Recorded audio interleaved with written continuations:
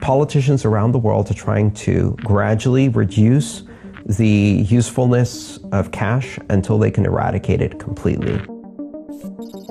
It scares the hell out of governments to have people in control of their own money, at which point you should really ask yourself, what kind of government is that?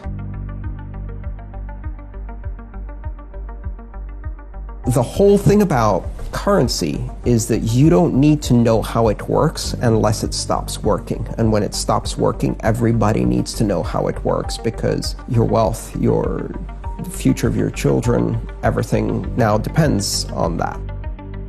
If we go to a future where digital cash is the only form of cash that exists, and I think we're heading in that direction very, very fast. I think within 20 years, people who grow up 20 years from now will never see cash unless they visit a museum. Cashless society. Cashless society. Cashless society. Cashless society. Cashless society. Cashless society. If we go to that future, digital cash, we're at a crossroads because we have to choose between two possibilities. One is digital cash that's run by corporations that act not only as intermediaries in all of our payments, but also act as deputized members of law enforcement for every government and or intelligence agency and or dictator who co-opts them to their means. That type of finance takes the worst of surveillance capitalism and the worst of surveillance states, merges them together in this fascist dystopia where every transaction you ever made tells something about your habits, your politics, your associations, your movement, your physical location. On the one hand, all of this data gets collected and shared among all of the intelligence agencies and corporations, or leaked. And on the other hand, if the people in power choose to, they can decide to debank you overnight. They turn off the switch. Now imagine what happens if your bank account is shut down and cash doesn't exist. Well, you can't eat. You can't buy food. Done. You can't use transportation. You can't rent an apartment. They can literally destroy your life in a second. And if you think this is crazy, this is happening today in China. They have a system called Sesame. It's called a social credit score. And they use your social media postings to give everyone a score as to how well they toe the line of political correctness to the doctrine of the Communist Party. People who have a negative credit score on that system are denied access to public transportation. They're denied access to airlines, they're denied access to trains, they're denied access to jobs in the government, they're denied access to apartments to rent. They're doing that today. Now, today, those people have cash to go back on. What happens when there's no cash? If the only people who are allowed to be intermediaries are the large corporations, they will commit the crime. It's like if you want to rob a bank nowadays, the best way to do so is to have a banking license. Then you can rob the entire bank and or country with complete immunity or impunity. If you rob one person and steal 20 pounds from them, you're going to jail. If you rob 2 million people of their homes and mortgages, right, you're not going to jail. You're getting a 10 million bonus from the bank and you're retiring in peace and quiet in the countryside.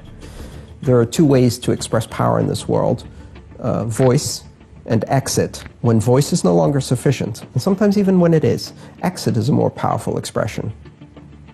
And exit means get your money out of the system, get yourself out of the system, and reduce your exposure to the ridiculous system as much as you can. Bitcoin is a means to switch from expressing power through voice to exit. This is one of the things that can compete with banks. And banks really need competition, right? They're way too comfortable with their power and established systems. As I've said many, many times, the election choices facing Americans were a choice between blue Goldman Sachs and red Goldman Sachs. You can choose the color, but Goldman Sachs is still going to be in charge, and if you think your vote is going to make a difference, you're a fool. But in a broader sense, we live in a world that is very fragmented, where money faces borders, very hard borders, strict lines of demarcation between countries and currencies.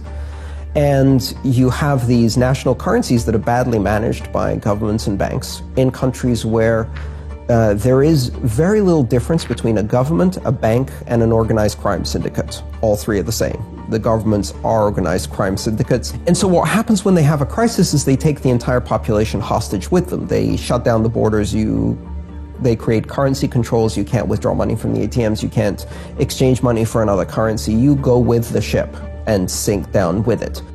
Bitcoin is one of those things that actually offers a safe haven in that particular situation. But it also allows people who have never had a bank account to connect to a global financial system. And Bitcoin bypasses all of that. It gives everybody a currency that is open and global. That creates some very interesting conditions in the world. It allows us to create a kind of unified financial system that exists outside of the mandates of government, that is completely private and is very empowering for individuals. And it scares the hell out of governments and banks. It scares the hell out of governments to have people in control of their own money. At which point you should really ask yourself, what kind of government is that doesn't believe in freedom of association, freedom of expression, freedom of commerce? That's more of an indictment of that kind of government than it is of Bitcoin. If your government is afraid of Bitcoin, you should ask yourself, what kind of government do I have? Creating a currency that does not belong to a nation seems weird at first. But then again, we used to have airlines that only existed for one nation and had the flag on the tail, right? Flag carriers, they call them. And phone companies that were monopolies in one nation and had the flag on them.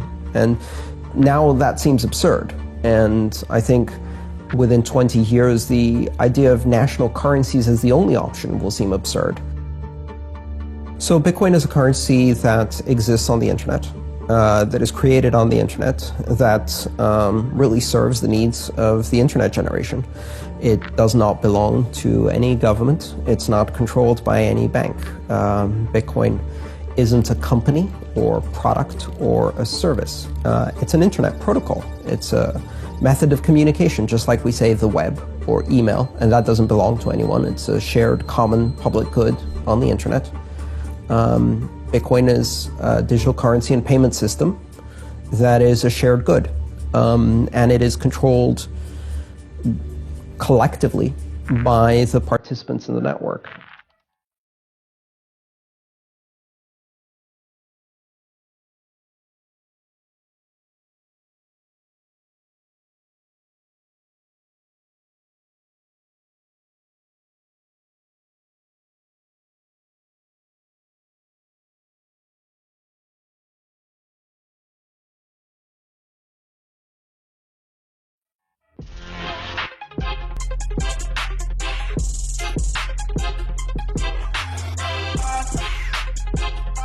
Yep.